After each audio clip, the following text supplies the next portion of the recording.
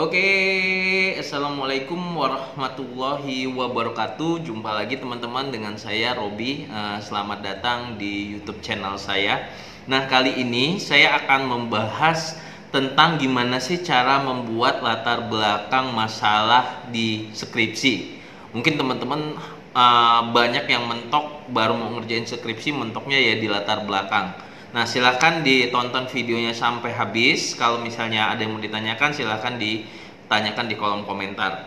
Nah, sebelum itu teman-teman jangan lupa ya untuk mensubscribe YouTube channel saya serta men-share video ini apabila video ini bermanfaat buat Anda semua.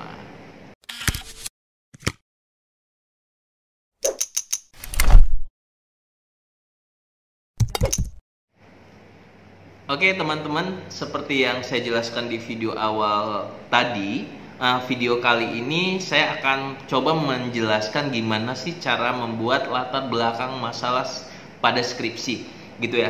Sebenarnya hanya beberapa garis besar saja, tetapi untuk memulainya itu kita sangat kesulitan, bahkan kadang cenderung lebih mencontoh skripsi-skripsi sebelumnya. Nah, sebenarnya ada tips and tricksnya gimana sih cara membuat latar belakang dari skripsi atau penelitian. Yang pertama, Anda jelaskan dulu fenomena yang terjadi. Nih ya, kalau kita bayangkan latar belakang masalah skripsi itu ada 2 halaman.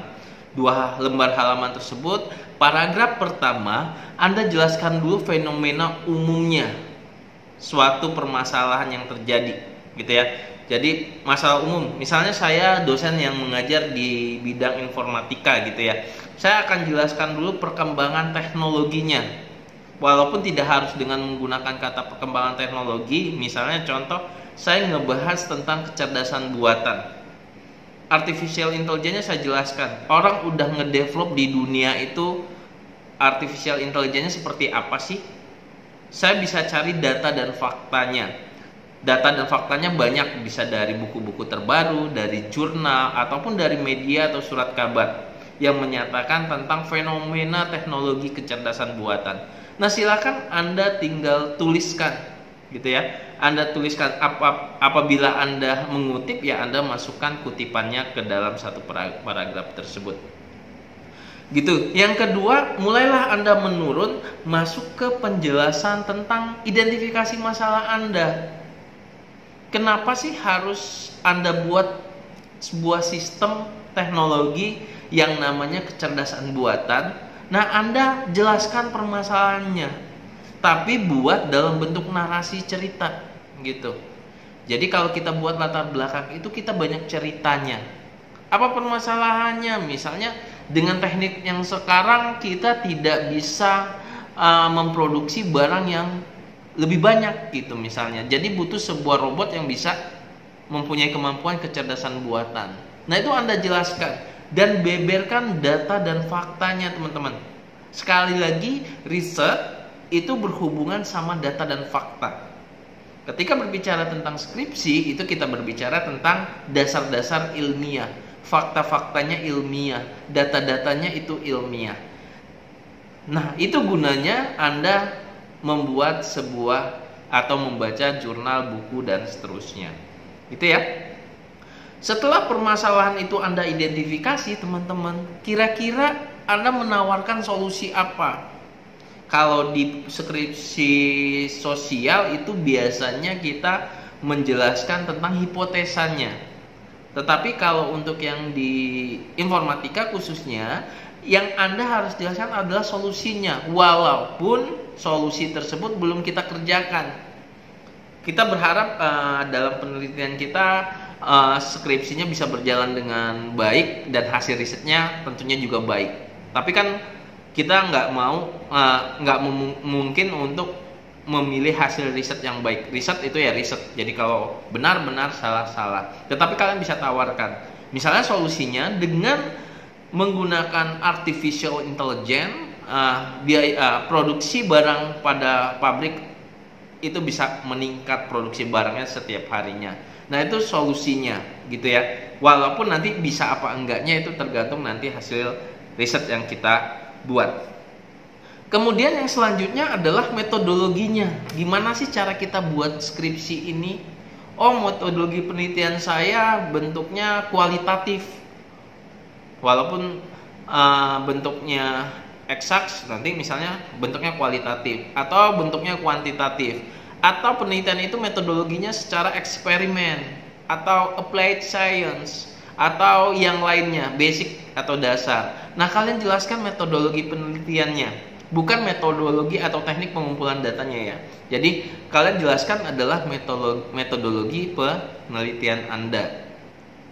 Selanjutnya, setelah solusi yang ditawarkan, apa sih kira-kira hasil yang diharapkan gitu. Ini sama seperti pemberian solusi tadi. Solusi tadi pasti memiliki alasan-alasan tertentu, dan kita juga bisa menuliskan di latar belakang itu apa hasil yang diharapkan. Hasil yang diharapkannya apa? Misalnya dengan sistem kecerdasan buatan ini si pabrik dapat meningkatkan efektif kerja dan efisiensi produksi si produk-produk yang dihasilkan. Nah, semuanya teman-teman, semuanya itu ditulis dalam 1 atau 2 halaman. Ya tergantung ya. Jadi saya rasa untuk pembuatan latar belakang sama seperti kita menceritakan diri kita. Gitu. Coba perkenalkan diri Anda. Oh, saya Robi, saya latar belakangnya dari sekolah A, B, C, dan seterusnya. Itu secara normatif dia alurnya akan seperti itu. Nah, sama di skripsi juga, yang penting Anda pahami langkah-langkah yang saya jelaskan di awal. Apa saja, saya ulangi lagi, adalah penjelasan singkat tentang identifikasi masalah, atau yang pertama fenomenanya dulu, sesuatu kejadian yang terjadi di dunia, gitu ya. Yang kedua adalah penjelasan singkat tentang identifikasi masalah. Jadi jelaskan tentang identifikasi masalah, walaupun nanti ada subbabnya sendiri tentang identifikasi masalah. Yang ketiga adalah solusi yang ditawarkan atau hipotesa. Bisa juga kalau yang sosial itu hipotesa. Kemudian metodologi penelitiannya secara singkat Anda jelaskan, walaupun nanti di bab 3 itu ada metodologi singkatnya. Yang keempat adalah hasil yang diharapkan. Nah, hasil yang diharapkan, baru kalian masuk ke pernyataan, sehingga saya membuat judul penelitian ini.